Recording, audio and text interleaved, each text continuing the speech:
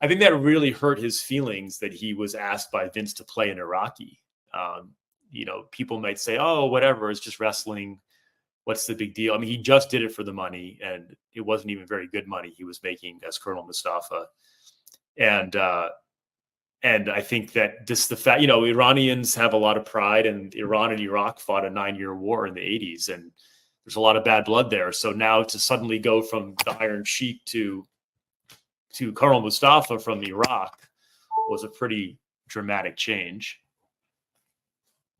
Is it true that in WCW, which was I think just before his Colonel Mustafa run, his contract rolled over like right when they were about to release it, so we got like a year of hardly Yep. being used. Yeah, if you look Just at his 2 years in WCW, he got in a car accident that really screwed up his ankle, and he was off the road. And it was probably around then when it rolled over, and they didn't realize. And then they brought him back. Like if you look at the history of his matches, they bring him back in that second year for like to wrestle like Norman the Lunatic and Vader, and like he's basically just being used on house shows, never put on TV because they had him under contract